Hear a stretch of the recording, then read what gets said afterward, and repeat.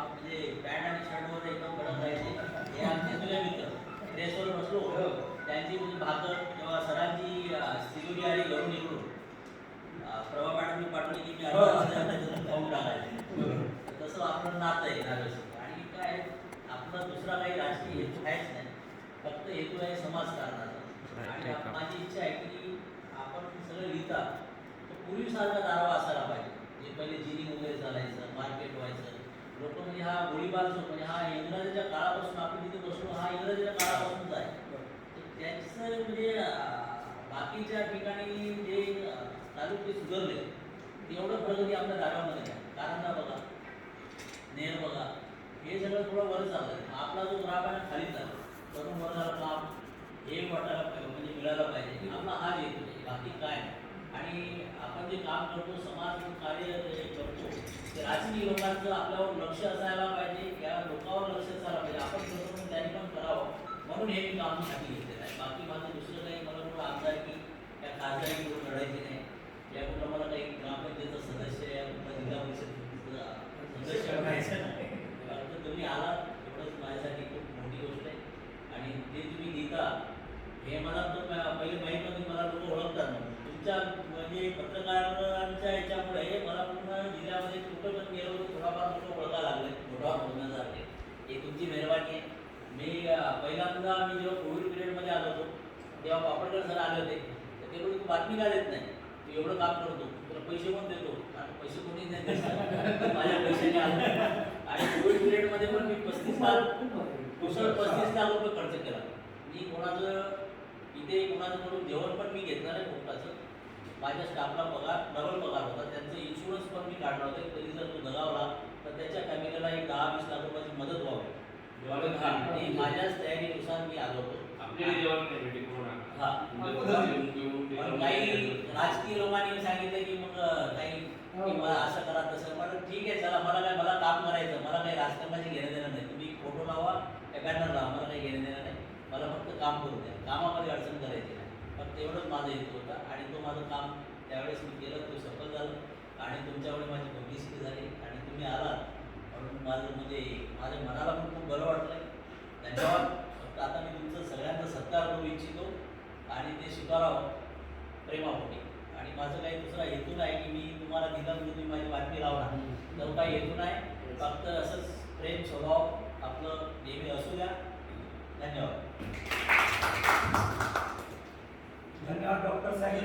Doctor साहेबांनी जे आपल्या दाव्याविषयी त्यांच्या मनामध्ये तळमळ आहे की पूर्वीसारखं दावा असलं पाहिजे.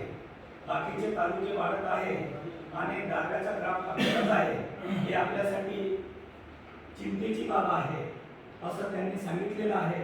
निश्चितच आपण आपल्याकडून होईल तेवढं कार्य निश्चितच आपण करणार आहोत, यात कुठलीही शंका नाही. आता पुढील कार्यक्रमाला डॉक्टर साहेबांनी सुरुवात करावी.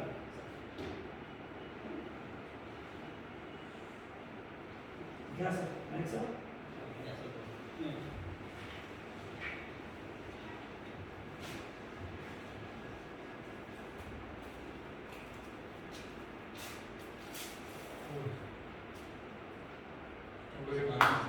एक मिनिट.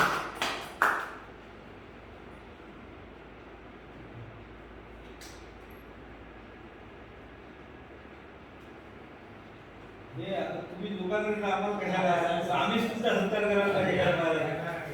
आम्ही सुद्धा सत्कार करायला पाहिजे. आणि तसंच मी आहे ना, आता एक दुसरं सांगू इच्छितो की मला आहे ना पत्रकारांसाठी काहीतरी द्यायचं आहे.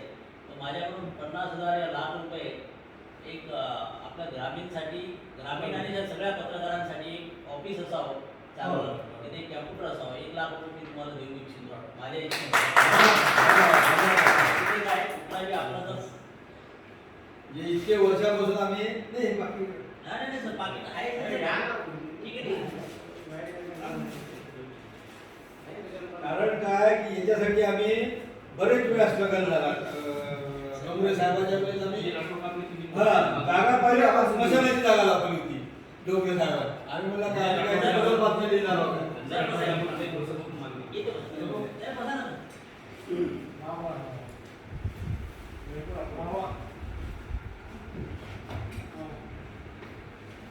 माझ्या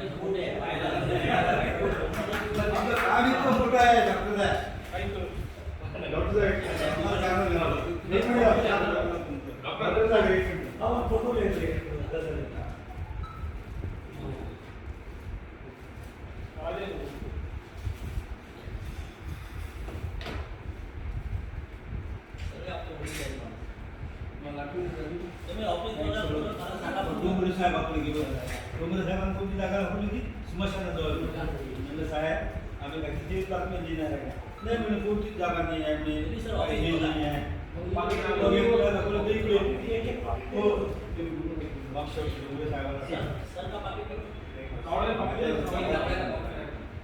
आम्ही तुम्हाला जिंकली राहू डॉक्टर साहेब नाही झालं तर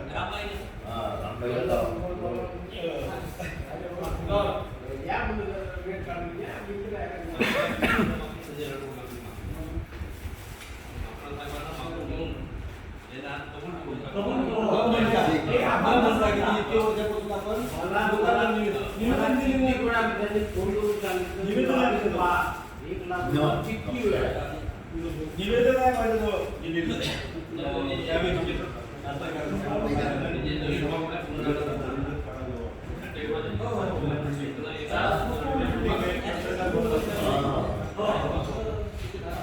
बरोबर आहे.